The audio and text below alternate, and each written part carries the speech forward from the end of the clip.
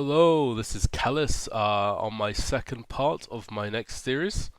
Right now we're just going to be working on the body. The footage here is a couple hours of work sped up super quick, so if you can't follow it along exactly with your own models, that's it's a real shame. I'm just not totally sure how to make these videos more understandable or clear.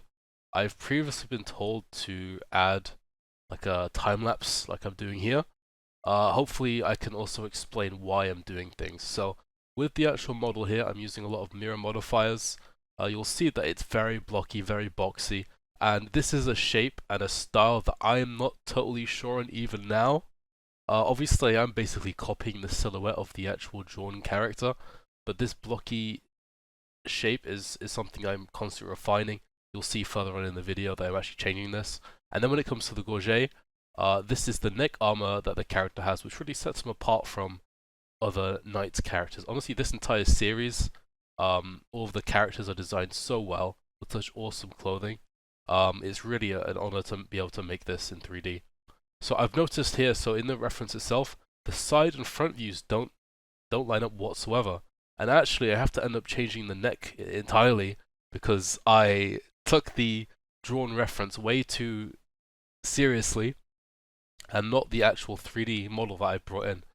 So I actually left the neck looking very odd. So this is me correcting it right here. So you will understand with these references, you're going to be referencing 2D drawings, and these drawings themselves aren't going to be perfect. They're going to look great from the perspective they're drawn at, but the perspective itself would actually be off when you're layering these two drawings, where the character may be in two different positions, two different angles. You know, these things all contribute to your references not lining up one to one. That's totally fine. Obviously, with a lot of productions like Chainsaw Man or a lot of Studio Mappa's works, like Jujutsu Kaisen, they actually have reference sheets you can access online. So I've, for example, for cosplay, I found Denji's reference sheet, and that's actually one to one, because it's designed to be as consistent as possible. So if a member of production team has to make a 3D model, they can just refer to that and it'd be perfect. However, you know, in my case, I'm doing this based off manga, so it's not that simple. So here right now, I'm basically solving the problem of strange polygons clipping, and unfortunately that means adding a lot more polygons than I intended. Obviously, I could definitely get away with not doing this, but for the gorget itself, you know, I just wanted to make it look as good as possible. And here I'm also starting to add the legs. The legs here are going to be, you know, a small challenge. The issue with cloth and clothing for PlayStation X models is the more polygons you have, the more like cloth it will look like. However, the less it will look like a PlayStation 1 model. So the way I got around that is basically making a box and going a bit above and beyond and making the legs as well. And then after the legs is just blocked out, I'm doing the same with the arms, literally just using the thigh model as the basis and then changing it based on the 3D model I have here. So my previous model, Rani, had individual fingers. That's totally a route you guys can go down. There's absolutely nothing wrong with that. With Yuva so far, I am considering just keeping it as the sort of mitten style hand for polygon reduction reasons. That's, you know, it's totally up to you guys. It's a stylistic choice. It's just the route I went down. So beyond this, you know, once we've made the sort of surcoats of the character, it's going to be time to start maybe making some texturing. Right now, I'm just simply choosing one of two colors, and you know, I made the choice to do this in a grayscale format, but I'm really not sure still about whether I should lean into that.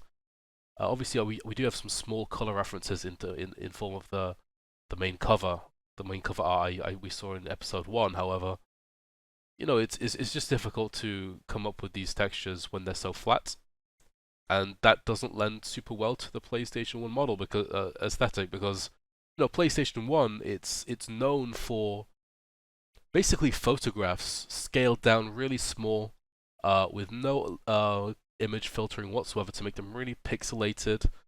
So it means that, you know, if you're making a dog model, you can go ahead and take a picture of a dog, drag it into your 3D program of choice, apply the image, scale it down a super ton, maybe do some recoloring here and there, and then you have a really authentic looking character and model.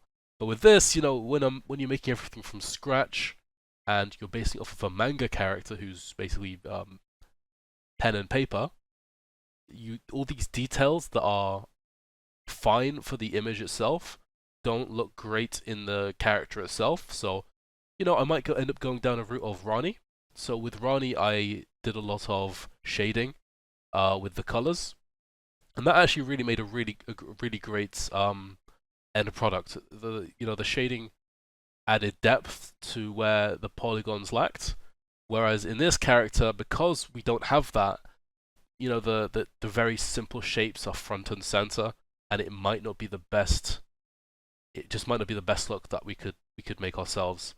So I'm also making the feet here, and what I'm planning on doing for the armor itself is actually to basically capture some of the polygons of the leg, for example, duplicate, scale up, and then cut off the pieces I don't need to add a bit more 3D dimensionality, as opposed to just drawing it directly onto the box model. That isn't what people may do in an authentic PlayStation model. However, PSX is different from PS1. PSX is more like the spirit of the model, and that's what I'm doing here. This is really in the spirit of the PlayStation 1 model, the sort of character that you could realistically think of seeing in one of those games, even if it isn't, perfect. I'm a little bit sick, and that's why the video is a bit later than I would expect. And really, when I'm texturing these clasps, I'm really thinking about revisiting the hair at some point. Right now, it looks a lot like a circular ball, and in terms of the character silhouette, I might go further in my third episode when I'm making the equipment to add a bit more detail to the hair, and maybe make a lot more of the mesh do more of the lifting than the textures, because the textures look fine. I just think potentially, having a bit extra volume there in the sides particularly would make it way better. So here I'm actually making the model, and this is the armor, and this is what I'm talking about by taking the model, duplicating it, and scaling. I'm going to end up choosing to select the faces I need, duplicate, and then bring them out, because right now, the character has, no symmetry in the arms. So here, the lack of symmetry is what gives the character a design-based interest. What makes it interesting. So we really have to do that justice. Now, there are many ways you could do this. You could make it out of just cubes as well, like I've done with the body. But, a flat plane, the chances of the viewer seeing the character from a very sheer angle to see the gaps where the plane is above the arm itself is super low. But for one other thing, what I'm doing here is UV editing, and I'm also correcting all of the UVs to be very straight and square. If I don't, you're gonna have a lot of diagonal pixels. So when you draw a line, because the pixels are square, right?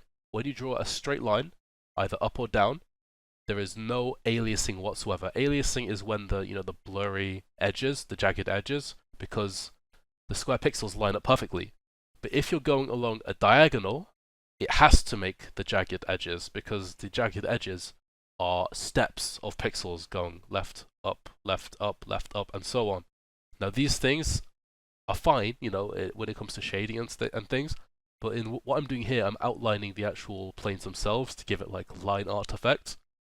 If that's jagged, the effect isn't great. It's never going to be perfect. I don't think I'm going to get this model perfect, but at the end of the day, trying to correct it as much as possible is the only thing I can do. Now here I'm working on the glove itself. I really haven't put much effort into the glove. A lot of these textures I'm considering redoing, as I said, in sort of a shaded style, in the sense of Rani. However, if I do end up doing that, that is going to be against the style of the manga, and it would potentially be instead in the spirit of a potential anime.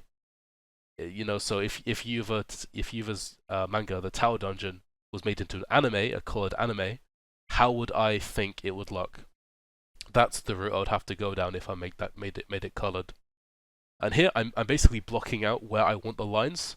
And the thing with pixel drawing on Blender is it's super inaccurate, and if you're working on a per pixel basis, it's really not going to help you out very much.